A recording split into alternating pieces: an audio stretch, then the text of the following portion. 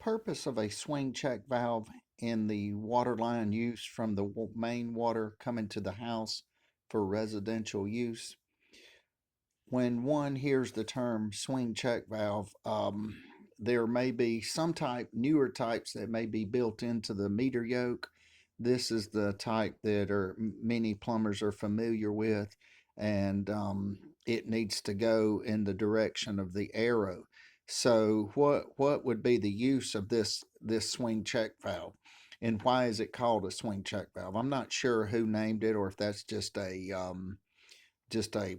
plumbing industry nomenclature that someone put onto it. But effectively, what this does is this: say, if one had an old inline meter, this could screw onto the inline meter. This would be a 3/4 inch thread here. The 3/4 inch male thread would go in here. Now, what happens here is if one takes this and if we can get this out, and takes this and turns this up this way, one may note that this looks this way. So the water would be coming in this direction here. So what happens is one notes that it's got like a little trap door. So again, when the water goes this way, so what happens when the water actually comes in this direction and you're unable to do this. So what happens?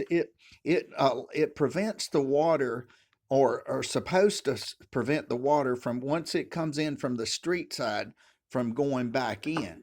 So hypothetically, if this water is going, as one can see the arrow here, if water is going in this direction, when the water gets on the house side, it will not come back to this side.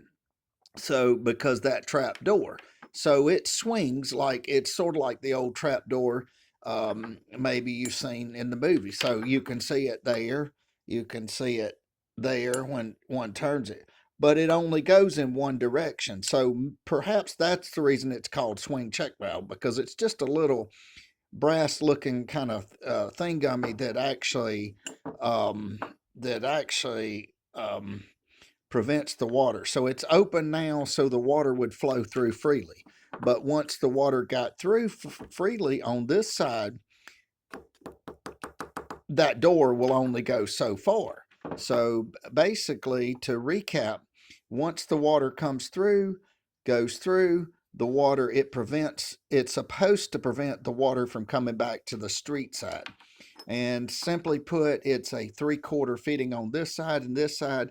This little transition piece here could go on an old inline meter, which is an older meter. Some of them are maybe 5/8 by 3/4. So again, this is a 3/4 male thread into a 3/4 female. On this side, one could use whatever they wanted to use, either a PEX fitting. I kind of frown upon personally, but to each his own, using a PVC, because those PVC, sometimes they'll, over a period of time, they'll get cracked, or if a meter box gets driven over or something, they can crack here, and it seems like they have a little weak spot. So uh, my personal penchant is use something brass or coming out of here or whatnot. But anyway, that's just my personal opinion, because again, if you use a PVC, and it's fine, it's been done many times, but if it comes out of here and you get a break, then you may have to dig the entire meter box up. Sometimes you do, sometimes you don't, which a small job can morph into a large job.